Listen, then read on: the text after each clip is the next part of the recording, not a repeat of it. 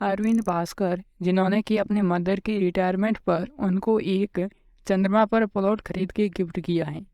इसके अलावा ऐसे और भी हमें बहुत सारे केस देखने को मिलते हैं जिनमें ये दावा किया जाता है कि किसी व्यक्ति ने चंद्रमा या फिर मंगल ग्रह पर अपने लिए एक प्लॉट खरीदा हो। ऐसी बातों को सुनकर आपके भी मन में ऐसे बहुत सारे सवाल आ रहे होंगे कि क्या सच में ऐसा संभव हो सकता है? क्या हम भी हमारे लिए चंद्रमा या फिर मंगल पर कोई प्लॉट खरीद सकते हैं? अगर यदि खरीद सकते हैं तो उसको कैसे खरीदते हैं? कौन सी कंपनियां हैं जो उसे हमें खरीद के देती हैं? और क्या ये सच में हकीकत है या फिर केवल एक दिखावा यानी कि फ्रॉड है? इन सभी सवालों के जवाब जानेंगे आज की इस वीडियो में, तो आप इस वीडियो के शुरू से लेकर अंत तक बने रहें।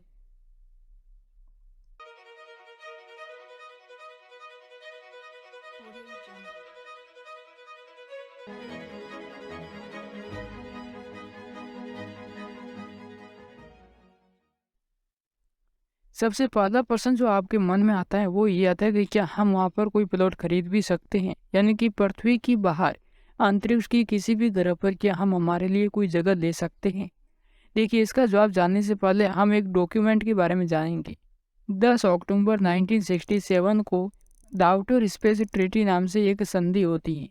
इसके तहत ये बात तय की जाती है कि अंतरिक्ष की किसी भी संपत्ति पर किसी भी देश का कोई अधिकार नहीं होगा, यानी कि कोई भी देश अंतरिक्ष की किसी भी संपत्ति पर अपना अधिकार नहीं जता सकता कि ये चीज़ मेरी है। तो फिर ऐसे में बात आती है कि इसका मतलब जो भी ये लोग वहाँ पर प्लॉट खरीद रहे हैं वो केवल नकली है, असलियत में नहीं। देखो, इसका भी जवाब है। इस समझौते के माध्यम से केवल किसी देश पर रोक लगाई गई है, यानी कि कोई भी कंट्री वहाँ पर अपने लिए एक अधिकार नहीं कर सकती। लेकिन इसमें किसी व्यक्ति या निजी कंपनी का कोई उल्लेख नहीं मिलता है। असल में बात यह है कि ये संधि 1967 की है। उस समय किसी ने भी ऐसा शायद ही सोचा होगा कि अगले आने वाले समय में कोई व्यक्ति भी अंतरिक्ष में जाएगा और वहाँ पर अपने लिए प्लॉट खरीदेगा। इस बात की संभावना उस समय केवल नामात्र थी या न के बराबर थी।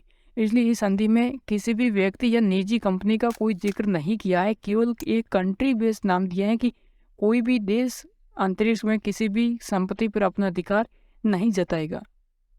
और इस एक्ट के इसी लूपहोल्स का फायदा उठाकर कुछ कंपनियां चंद्रमा और मंगल जैसे ग्रहों की जमीन को लेकर लोगों के बीच बांटती है।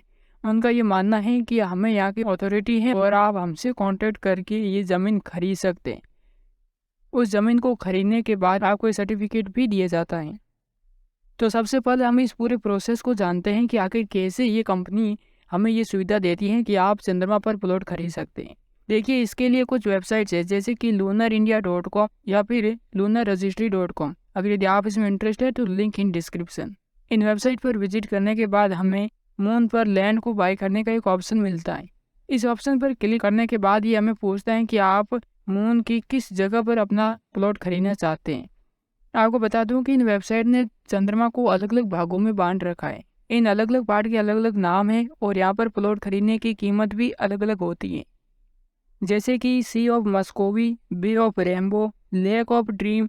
ये कुछ ऐसे नाम हैं जो कि चंद्रमा के किसी पर्टिकुलर हिस्से का नाम है। अगर यदि आप इन स्थानों पर अपना कोई प्लॉट खरीदना चाहते हैं तो आपको 1 एकड़ के करीब 34 से $40 तक देने होते हैं।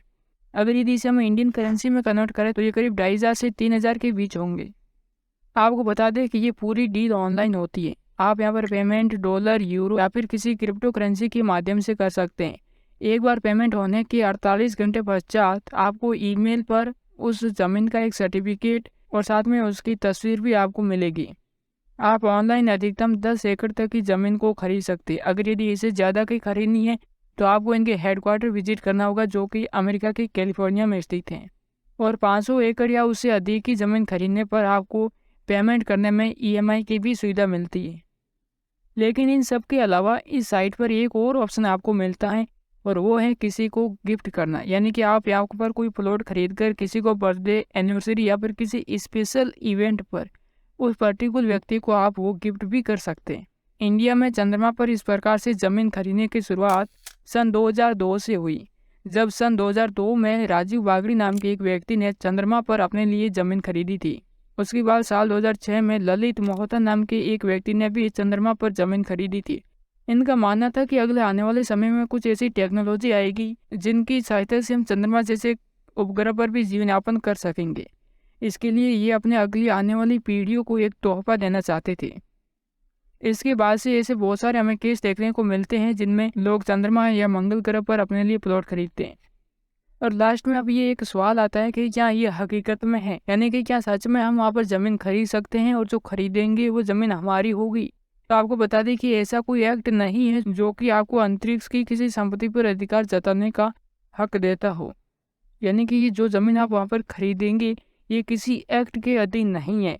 यानी कि यदि चंद्रमा पर जीवन यापन होता भी है तो ये ज़रूरी नहीं है कि आपको अपनी ज़मीन मिले, क्योंकि ये केवल थर्ड पार्टी कंपनियों के द्वारा ही आपको दी जाती हैं, वो भी केवल कागजों के रूप में। हकीकत में आपने उस ज़मीन को देखा भी नहीं होता है और न ही आप जानते कि वो कहाँ पर और कैसे हैं।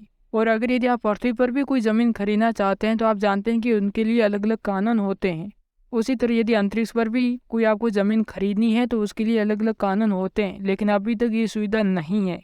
ये कंपनियां केवल लोगों को ठगने का काम करती हैं और यही एक वजह है कि वहाँ पर ज़मीन की कीमत इतनी कम रखी हुई है। लेकिन हाँ, एक बात हो सकती है कि आप इसे केवल एंटरटेनमेंट या फिर किसी को एज ए गिफ्ट के तौर पर ले सकते हैं और आप इसे गिफ्ट भी दे सकते हैं इसका। तो ये था आज का हमारा वीडियो। अगर यदि आपको कुछ नया सीखने और जानने को मिला है तो हमारे चैनल को सब्सक्राइब जरूर कीजिएगा। वीडियो को अंत तक देखने के लिए धन्यवाद।